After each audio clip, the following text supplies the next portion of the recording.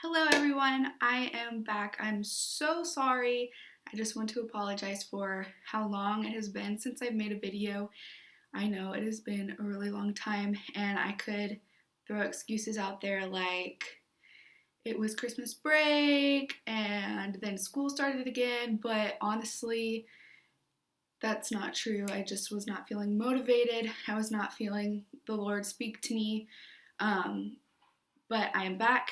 I feel like my relationship with God is really great right now, and I feel like I'm ready to share more with you guys. So, hopefully, this video is going to be helpful and interesting.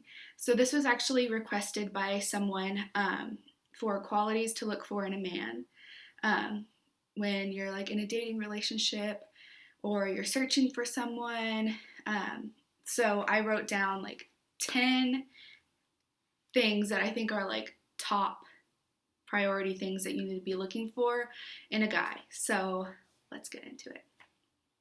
So, um, first, I just want to say before I get into all of these points that I think it's really important for, like, as a young woman to type, like, in your phone, like I typed it in my phone, or you could write it down, um, things that you want in your future husband, because it's fun to, like, write all those things down, and then when you're getting married to actually look back through that list and see how many things actually check off on your list. And I did that like back in 2016, I think. I was in high school and somebody else told me to do that. I can't remember who it was. I think it was a lady at church. Told me to write down like the qualities that I wanted in my future husband, and I did that. And it's crazy looking back on my list and seeing that literally Justin checks off all of them. And in some ways, he checked them off in like ways that I didn't think he would. Like, for example, I put literally number 2 on my list was musician, right after Christ follower. So I really wanted somebody who was a musician, but in my head I always wanted someone that could sing.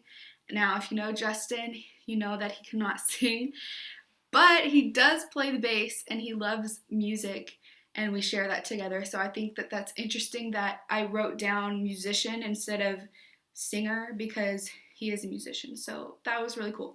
Anyways, moving past that, I encourage you to write your list of qualities you want in a man, and maybe after these points, you'll have some more to write down. So, number 1 is he pursues you like Christ does. I think this is so important, because Christ, he pursues us every single day. Even when we don't realize that he is reaching out to us, he is. And you want your man to be somebody who is striving to be like Christ. So if he is constantly pursuing you, then he's doing the right thing. So um, these are like not in really any particular order. They're just kind of how they came into my mind. So number 2, when it comes to physical touch, he asks for permission before he acts.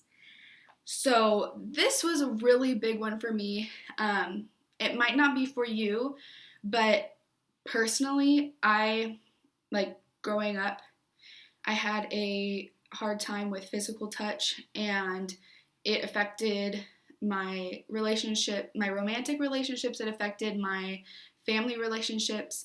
Um, and then when I got in my first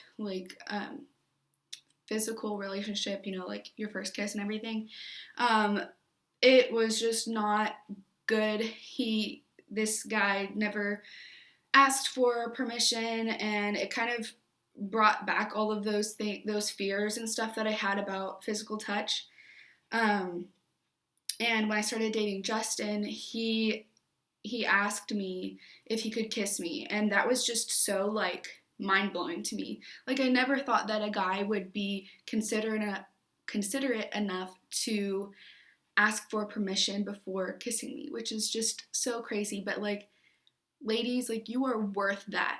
You are worth them asking you, because you're worth everything. Like, you deserve that. And it may seem silly, but it's true. So, I think that was really big for me, and it should be something for you too, because physical touch is very important and it's very personal. So, I think that's a big one for me. Um, Number 3, he puts his relationship with Christ before his relationship with you. This one is really hard to hear sometimes because obviously, like, you want to be his priority, and ultimately, you're not. I mean, you are, but his relationship with Jesus comes first. And as like a woman, as being his partner, you should be encouraging him in his relationship with Christ as well. Um, if you start to see that he's not pursuing Christ, then that's when things will get a little difficult, because he should be pursuing him first before he pursues you. Number 4, he continually puts forth effort in your relationship. This is big. Like, you know how at the beginning of a relationship you have like the butterflies and everything's perfect and you just love them? You should feel that all the time. Like, they should be constantly putting forth effort every single day, taking you on dates, everything like that. They should never stop treating you like a princess, because you are a princess. So, number 5, he has goals for his life. I cannot stress this one enough. You want to have a man who is living for a purpose, living for Christ, but also living for himself. You want to see that he has goals, he has a future planned, because if you're eventually going to be marrying this guy, you want to spend your life with him, you want to make sure that he's got a good foundation and he has plans for his future, because that's going to be your future too. He wants to spend time with your family, like your parents, your siblings, stuff like that. I think this one is so important because you want him to be involved with your family, not just you. Like, in a past relationship, this other guy did not want to come hang out with my family at all, and it was so weird to me because my family is like my life and I love them and I love spending so much time with them, and your significant other should want to spend time with your family too. And I think seeing like that interaction also like makes you start to like envision your future family with the person that you're dating. So that's important to see how they interact in like a family setting. Number 7, he wants to lead you and help you grow in your relationship with the Lord. So this kind of relates to like number 3 that I said, that he puts his relationship with Christ before you. But he should be encouraging you and your relationship with Christ. Justin, every once in a while, he'll be like, "What are you reading right now?" Like in the Bible, and we'll talk about that kind of stuff. And that's honestly like so.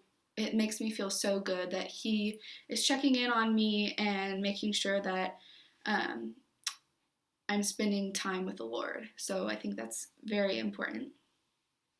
Number 8, he is vulnerable with you and lets you know how he is struggling and what he needs prayer for. I think it's so important that in a man that they don't just bottle up all of their emotions. And I think that that's like society tells men that they have to be strong and they have to not show any emotion at all. And I think that's totally false. A guy who is willing to be open with you about things that he's struggling with and asks you to pray for him is showing that he loves you enough and he's trusting you with these things. And that's just going to set a good foundation for y'all's relationship as you continue to grow together. And then that leads to number 9, which is that he prays for you, which is so important. I've literally said that all of these are important, which is true because obviously they're important because I wrote them down. But I think this one is extremely important because the fact, like, he could just think about you all day and love you and stuff, but him praying for you, like taking that step to bring your situation to the Lord and praying over that just changes everything. And it's like so important. Like I said, so important. And finally, number 10, he loves you as Christ loved the church, which is taken from Ephesians 5:25. If you want to look that up, actually all of like Ephesians 5 is awesome, talks about marriage. So this one kind of is relating more towards like if you are looking to get married to this person, he should love you and be intentional with you just as Christ loved the church. And that relates back to number 1. Like everything is a full circle, honestly. Loving you and pursuing you like Christ pursues us and Christ loves us. Ultimately, when looking for qualities in a man, is that you want him to be Christ-like. And that's what God calls us to do, is to be Christ-like. And so searching for somebody who is leading and loving like Christ did, that's who you should be looking for, I believe. So hopefully these help if you are looking for a relationship, if you maybe have feelings for somebody and you just don't know if they're right or whatever. I would ponder over these and write your list of qualities in your future husband.